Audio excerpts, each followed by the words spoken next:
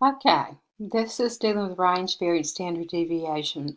We've done it one time with the Excel, and we've also done it with StatCrunch. I'm going to do this particular problem with the calculator.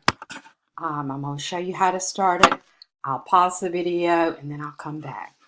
Okay, we go to Stat. We want to clear the list, so we go to 4. We do second and L1, and we enter. Then we go back to Stat, we edit, and we want to fill the data in the list there, like the 0.96 and so forth. I'm going to pause and I will be back. Okay, I've got all the values in the calculator, so I want to hit second mode, which really just quits. It's all in there. I want the range. We know that the range is the maximum minus the minimum. And I want to do as little as possible. I want the calculator to do everything. I want it to earn its value. Okay, so I will go and I will hit Stat again. I'll go over to Calculate, and I want the one variable statistics, which is the first thing that's there. And I don't have to put anything in. Just come on down and calculate. And it gives me all that information. Well, I don't want to have to take the time to go pick up the maximum and the minimum. Since the calculator already has it, I'm going to make it do it. So I'm going to hit VARS, and I'm going to Statistics, and I'm going to hit Maximum, which is 9. Then I'm going to Subtract. I'm going to go back to VARS, go back to Stats, and then hit 8, which is the minimum. And that gave me 0.74. So I'm going to plug that in, 0.74. And what is this? This is just W, whatever the W is standing for here, the weight or whatever, per kilogram. Okay? And then the standard deviation. I'm going to go back over here to VARS.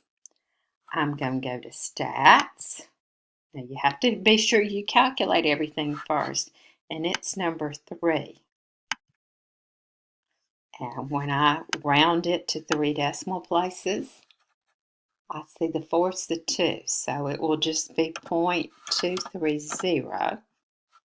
And it will be W per kilogram also. Okay, then for the variance, well, how do we get variance? We take the standard deviation and square it. You could take what's up there and square, or you can go back to VARS and number 5 stat, and we would take number 3, and then we would hit x squared to square it.